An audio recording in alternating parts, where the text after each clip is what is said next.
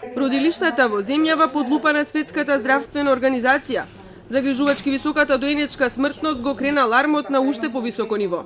Крански здравствени експерти заедно со домашните ќе бараат и нудат решенија откако ќе ги оценат условите во кои работат родилиштата. Анализата која што ќе направат експертски тимови кои што се поддржани од експерти од Светска здравствена организација кои што се веќе во земјава и кои што од денеска почнуваат со посета на сите гинеколошки болници, родилишта во нашава земја, има за цел да направи анализа во какви услови тие функционираат.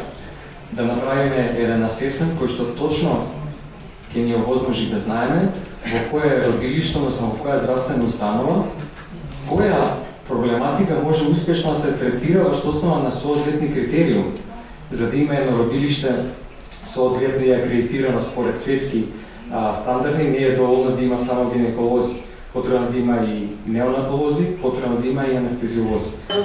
Проблемот со родилиштата уште еднаш исплива на површина со последната владина стратегија за намалување на смртноста кај новороденчињата.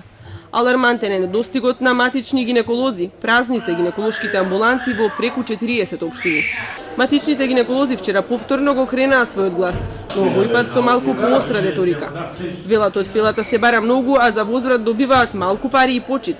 Се заканија дека нема да прегледуваат пациентки, односно ќе го работат само административниот дел, како што издавањето упати и рецепти.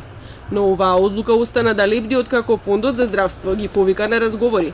Дали ќе ги реализираат заканите, ќе се знае по соочувањето на аргументите со раководството на фондот. Неодамна предупредувачки тонови стигнаа и од УНИЦЕФ. Во последниот извештај на организацијата, Македонија се најде на второ место во Европа по смртноста на новороденчиња.